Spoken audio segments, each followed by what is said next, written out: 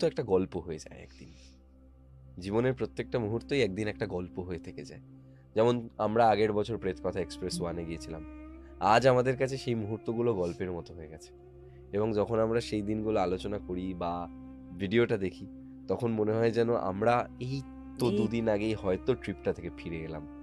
আমি যখন এডিট করছিলাম, তোমাদেরকে দেখছিলাম, আরও অন্যান্যরা যারা প্রত্যেকে ওখানে ছিল, প্রত্যেককে যখন দেখছি, আমার এত নস্টালজিক আর ইমোশনাল লাগছে সেই সময়টা যে ওয়াও, এতগুলো মানুষকে নিয়ে আমরা আমাদের প্রথম ট্রিপ করেছিলাম। আমি যেখান থেকে শুরু করেছি আমার জার্নি, একটা ছোট্ট ঘর, কোনো স্টুডিও নেই। আজকে এরকম স্টুডিও রয়েছে, না আছে স্টুডিও, একটা ছোট্ট ঘর, ছোট্ট একটা কোণার মধ্যে আমি রেকর্ডিং করতাম। সেই রেকর্ডিংয়ের কাজ যখন করতাম তখন কোনোদিনও জীবনে ভাবিইনি যে ৩০টা লোক ৩৫টা লোককে নিয়ে আমি পাহাড়ে চলে যাব। আমি পাহাড়ে যাওয়ার কথাই কোনোদিনও ভাবিনি।